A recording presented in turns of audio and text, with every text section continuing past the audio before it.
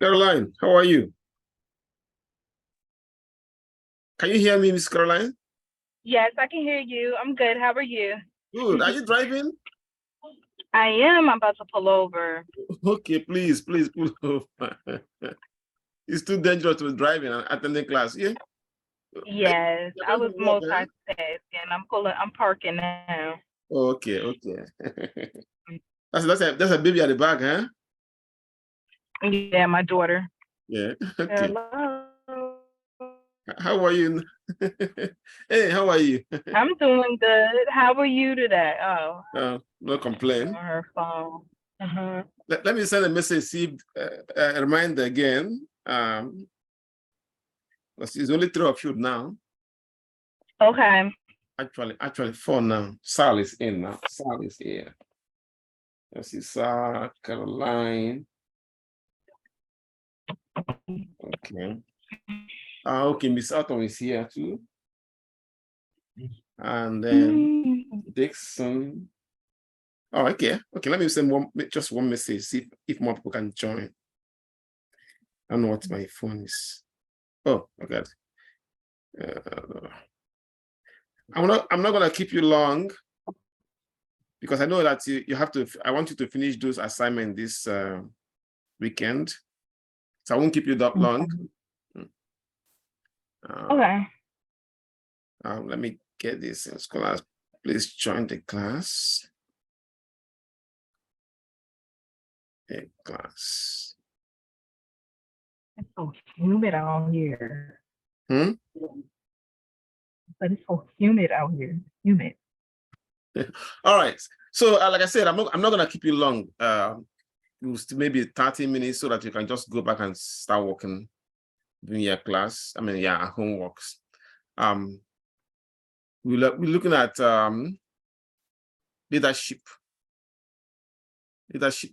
Let me take you back. Yeah. Yeah, this is let me share this. Got it. Somebody else just joined. What's his name? Okay. So leadership, this is a word we hear all the time. A phrase where a word we hear, leadership. You guys can see the screen, I believe. Yes, you can. So when we say leadership, we are referring to that act of providing direction and influencing others. So the leader is somebody who provide direction and influence others to achieve some goals. So management is more of completing a task, daily tasks. So let's look at the main difference. One is the difference is basically in the focus and in the approach. For the leader, it's about the future, but for the manager, it's about the present. What can we do today to make sure that we meet up with the workload, get everything done? But leader is thinking about how do we go from 10% profit this year to 20% profit next year. That's it. Now, leader is set the direction for the organization, while managers ensure that the organization is running smoothly. That's the difference, that's the main difference. The second one is that the leadership is about changing the organization, changing the culture, changing a lot of things, But manager is about stability, maintaining stability, make sure that everything are going well according to the plan we have for the day. Now, leadership is about people. How do we motivate my employees or the workers to achieve our goal this year or next year or in the future? But the manager is about things. How do we manage the company's resources or the organization resources to make sure that they are not the last for the company? So you can see this small chart I have here for you that show the difference between the two individuals, the leader and the manager. Leadership is about influences. Manager is about planning. Leader is for change. It try to create change. Manager is about organizing work, make sure that everything is running smoothly. For the leader is about certain direction. Manager is about controlling situations, and so on and so forth. So now, somebody else joining. Let's see. Who's that? Sims. Okay, Sims. Sims. Okay. Now, the key point, a few things we need to know about leadership and management. They are not mutually exclusive. That is, somebody can be a leader and also a manager. As a matter of fact, in a small business, is the manager that is the leader. It can be the owner as the founder, the manager, and the leader. So they are not mutually exclusive. That you're a manager doesn't mean that you cannot be a leader at the same time. So they are not mutually exclusive. Then at the end of the day, the difference between the leadership and management is about focus. So the leader focuses on the future and on the people, while the manager focuses on the present and on things, resources. So both the manager and the leader are important for the organization, for organizations to succeed. But in any case, they have a different skills that require different strengths. Now, at this point, we are ready to look at formal and informal leaders, or formal and informal leadership. So these are the two different manifestations of leadership. The formal leadership derived that name because it is the type of leadership that is based on the individual's official position within the organization. So we associate this type of leadership with titles and positions of the authority, such as manager, director, CEO. So formal leaders, in essence, because of their title, and then of course their job specifications, and then that make them leaders. They're the leader of the company. Their title they have, like CEO, is that, for example. Now, the principal of a school is another example. He leads the school, or she leads the school. Now, formal leaders, the person is coming in. Who is this person? Okay. Give me 1 minute. Somebody's in the waiting room. Okay. Okay, let me make sure everybody's in. Somebody's let me see who else. Okay, he's in now. Okay, good. Now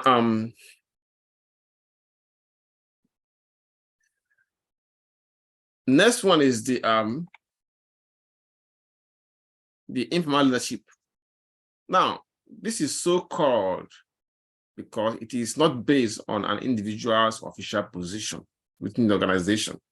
So in other words, this kind of leadership is associated with individuals who have strong interpersonal skill, a clear vision, and the ability to motivate and inspire others. So it's not based on, they don't have that title because of their position in the organization. Good example is they just have it because of the natural, well, I would say the skill they have and the skill they exhibit in the organization. So he might not be, the title might not be, he or she might not be the person leading, but he had all those traits, those characteristics of leadership. So, for example, in a project team, an individual who constantly takes charge and motivate others and contribute to the team's success is a good example. even though that he's not the person that is he's not the team leader, but his ability to inspire others, in the team, or organize them and drive the team members forward, makes him a natural leader, or make her a natural leader. We see those kind of things all the time, in many situations that involve a team. So now what makes a leader an effective leader? Well, the bottom line that we need the effective leadership, because we always companies or organizations always want somebody who possesses the ability to motivate and inspire others to achieve a common goal. So we always need them. That's the bottom line. But then, what makes somebody to be able to do that, to be able to motivate and inspire others to achieve a significant feat for the organization? Now, there are 5 of those traits that the effective leaders have that made them successful. The first one is drive. So, generally speaking, effective leaders are highly motivated individuals who are always looking for ways to impress.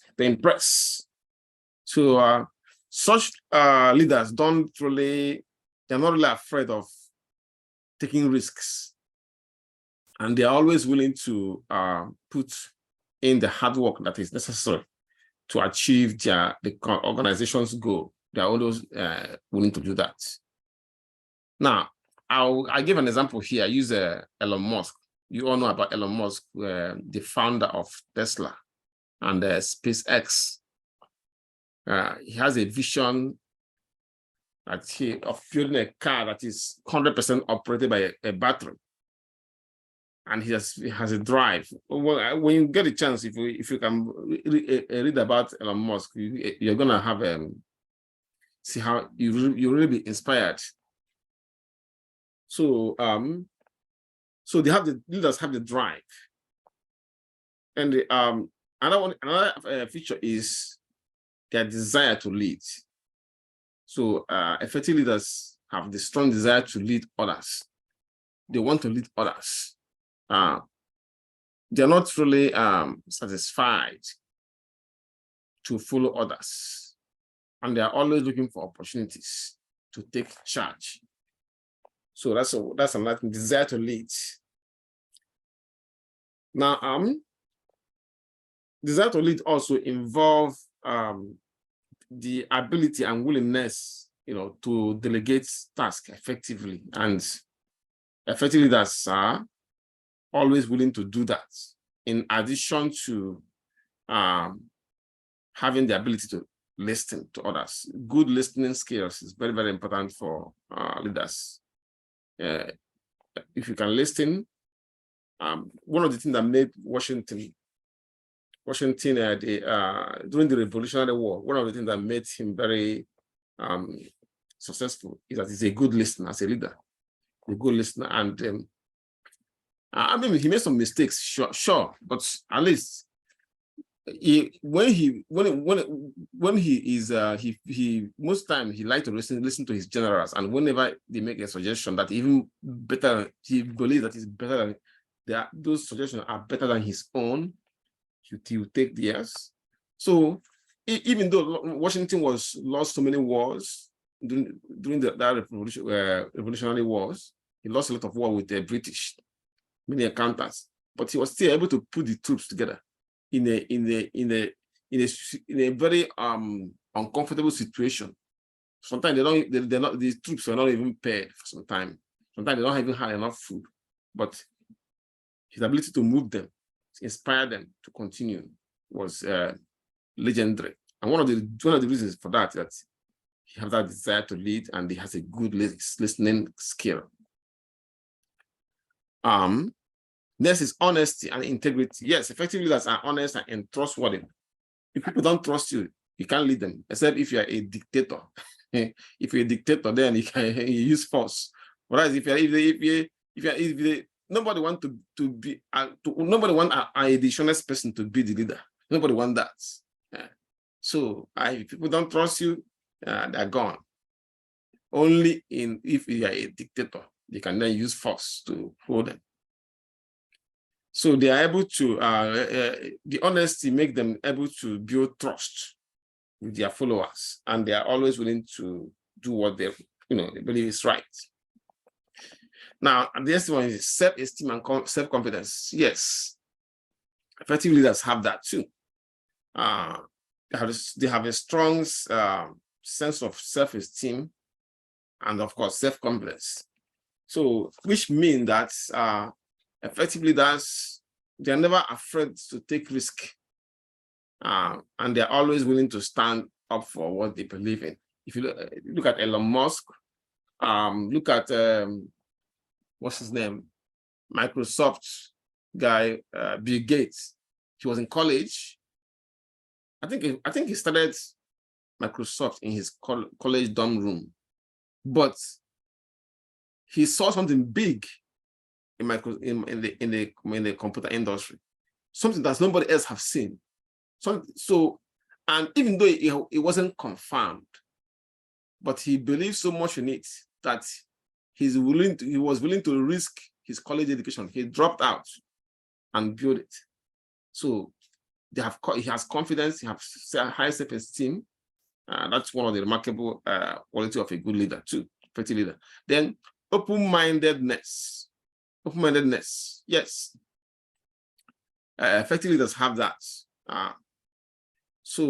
Which means that they are always willing to consider new ideas, and they are not afraid to challenge the status quo.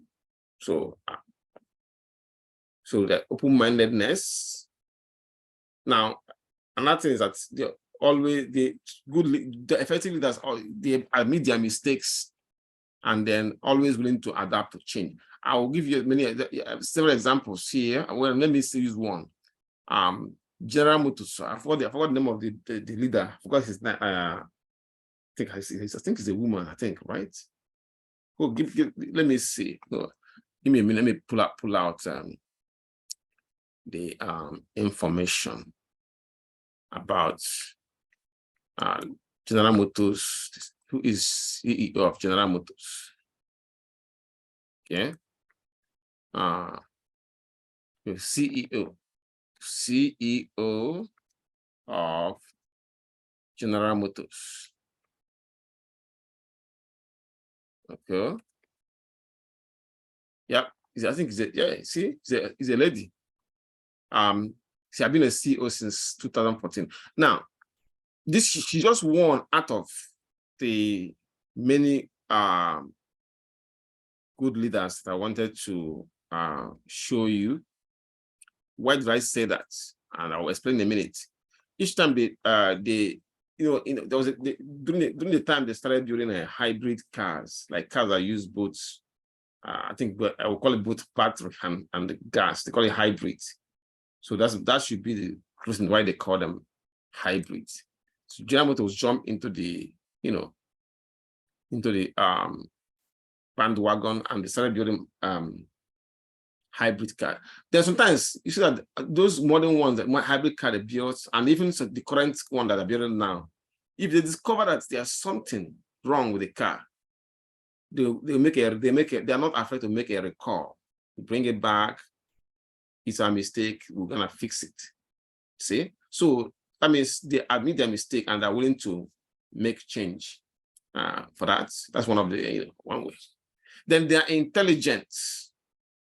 Effectively, that I'm intelligent. Let me tell you something about intelligence. Everybody is intelligent, because everybody, even the baby, 5 months, 1 month, 1 day, 2 days baby, is intelligent too, because at least he knows how to eat food. That's intelligence. But when I say intelligence here, I mean that this one that is more, the good effectively think more critically. They go above the regular intelligence, that everybody have.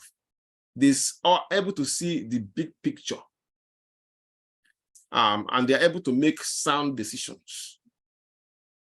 So somebody like Facebook, Mark Zuckerberg, Facebook was popular when it came out, knocked out MySpace. You know, nobody hears about MySpace anymore.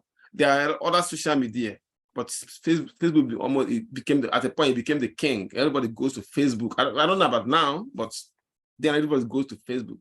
Now something else came out. I think I have mentioned this in the class before. WhatsApp and Instagram. And Facebook he noticed that these guys are going to take our lunch. So, and besides, they wanted a piece of the action. So they bought them, take them, you know, they bought Instagram and bought WhatsApp. And that's the end of the story.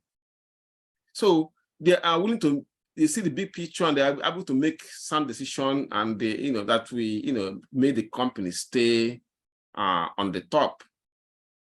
Now, how about there are so many leaders like that. How about the founder of Uber? It used to be the cabs, you know, the cab companies that take people from, you know, from point A to, apart from the public buses and the but everything is at the end of the day, if you want to have a flexible transportation system, if you don't own a car, it is the cab, regular cabs. That somebody just came out and discovered that we can do something, the same thing, but in a different way, and compete with the cab companies. And that's what they did. And then it became Uber started, then Lyft. And people liked it. They just applied technology to the same thing that the cab companies have been doing ever since. Now, I remember the time, I forgot what they call it, I think it's called medallion, a cab medallion. Okay, let me see. Hope I have it. Let me see if I'm calling it the right name and if I can pull it out. Cab medallion fair in New York City fair. Yeah, I think I said medallion, they call it, to own a car that time. It used to be, I don't know if you can see the screen. Let me see if I can see the screen. Between 2014 and 15, the New York City's non-corporate medallion price dropped. In 2015, it has fallen from, it was $650,000 to own a medallion. They say you have to own your own cab. It was bigger than that, $650,000 you have to pay. But after Uber came out, it fell to $200,000. Now, I'm sure it must have fallen lower than that right now.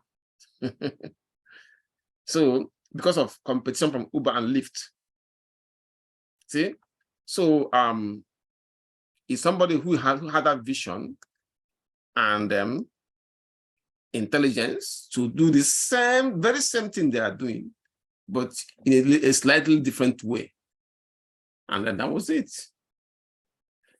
So that is one of the hallmark of effective leadership. Another one is extraversion. Well, effective leaders, we say that they are extrovert because you have to go out, meet your customers, look for markets and everything. But that doesn't mean that every leader is extrovert. There are some good leaders who are also introvert. A good example, Mark Zuckerberg, the owner of Facebook, is an introvert. But I consider him an effective leader because he was able to build. I remember when I came to, for many years, social media wasn't a business before. They used to, even if it's a business, it wasn't this, they don't call it, it wasn't a business, really. As a matter of fact, when Mark Zuckerberg was trying to take Facebook, make it a publicly traded company, people were, even some financial analysts in CNBC in Wall Street were saying, how is he going to monetize this? It is a social media, it's not a business, but he did. So that tells me that now Facebook is worth how many billions now? People who didn't buy the people who bought the shares then, I was watching, I monitored it then. There was a time it was $20 per share. Then it jumped up, it went up, then went down again. People that bought it, and then it rose. Then they dumped it after making, they bought it as soon as it went public. They call it IPO. Held it for like a week. The stock, it goes up. Then they sell it. They sell it, thinking that it might not. This is just to make quick money. But now Facebook is worth more than. I can show you the share price now. And you won't believe that there was a time it was sold for less than $30 per share. So this is let's say finance. Okay. Right. Let's say Facebook. Facebook, I think it's FB. I think it's FB. But now they call it Meta now, I believe. Yeah, they call it Meta platform now. So it's no longer FB, it's Meta. So I'm going to use Meta for it. If you open, and hopefully we'll see how much it is worth now. My computer is, you see, $308.87 per share.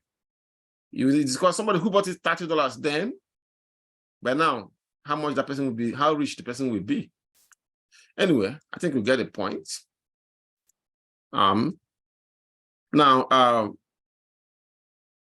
let's see some leadership styles. Now, when we say leadership style, we are referring to different ways in which leaders interact with their team members and make decisions. Based on that, we have what we call autocratic leadership. So the autocrats are known to make decisions without any input from their team members. And we have good example. We have Steve Jobs used to do that. I mean, he was a good leader, but he really pushed the workers, really pushed them hard to make them achieve deadlines that are really crazy deadlines.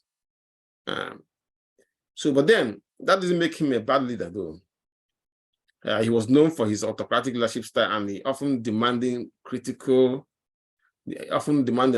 but he was also able to create some of the most innovative products in the world. The smartphone, he made it he changed the smartphone, changed it completely.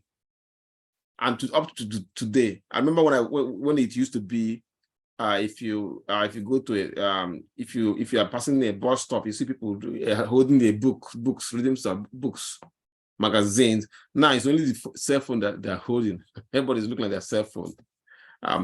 There's one day I went to my sister's house, so they had a visitor. They came with 4 kids. The visitors came with 4 kids. They are sitting on a couch like this. So when I came in, normally it would be maybe somebody, it would be one of them playing a video game, the other person reading a novel, or the other one watching it. But this time, all the 4 kids were holding their phones, watching their phone. Some of them don't even want to eat. So that is how Steve Jobs was able to bring a product that captures people's attention and hold their attention. That can hold their attention for a long time, even though he's an autocrat. Well, people say Donald Trump is also an autocratic leader too. Well, I think he is. In as much as he's an autocrat, but when he came in, unemployment throughout the time he was in, the unemployment rate went down significantly. Companies were really making money and creating jobs. But he's an autocrat. He has his own bad side too, as a politician. So he has his own bad side. But let's face it, he's an autocrat. The good thing is that America is a place where the wings of the autocrats were actually tied. almost there's some countries like Russia where the autocrats can do virtually anything they want. No, not here. So they were able to cut his wings. No, let me put it that way, so that he wasn't able to do everything he wanted to do by force. Now, how about this?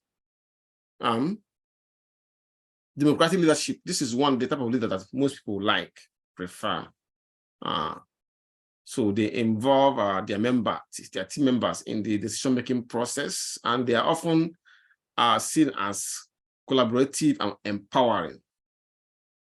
However, because of the fact that they want to carry everybody along in the decision-making process, they are usually slower when it comes to making decisions. So we have Abraham Lincoln, is a democratic leader, and Janet Yellen of the Federal Reserve is also a good example. Then laissez-faire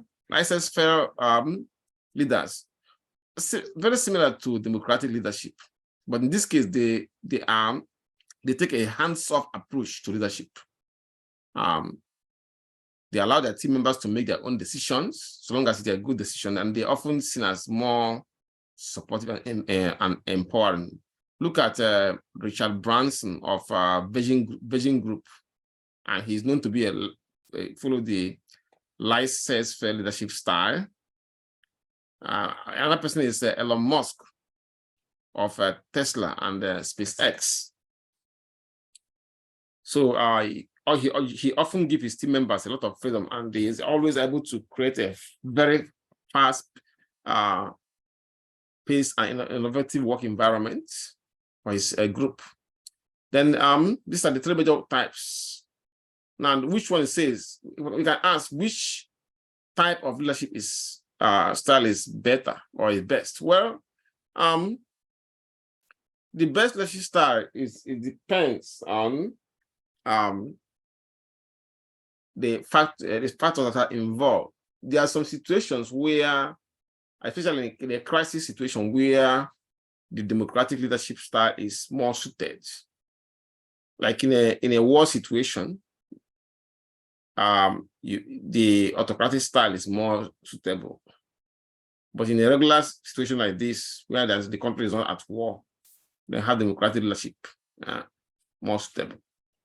So now, the best leader in general are the ones that are able to adapt their leadership style to the prevailing situations. Now, like I said, I don't want to keep you because I want you all to be able to finish your homework. You have several homeworks due this weekend, so I don't want you to miss the deadline. Oh, which reminds me, I'm going to move the paper. Okay, I moved it already. Okay, good. So I won't keep you long. So go and do your homework. I don't want Miss Caroline to start saying, "Oh, you are mean." I wouldn't say that, Professor. You're very nice. I wouldn't say that. Okay. I you know what I mean. So you know how you do. All right. Okay. I see you guys next on Monday. Please go and continue with your homework and the test. Any question before we leave? No. Okay. No. All right. I see you on Monday then. You have a nice weekend. Thank you, sir. Bye. See you on Monday. Thank you. Have a good one. You too. You too.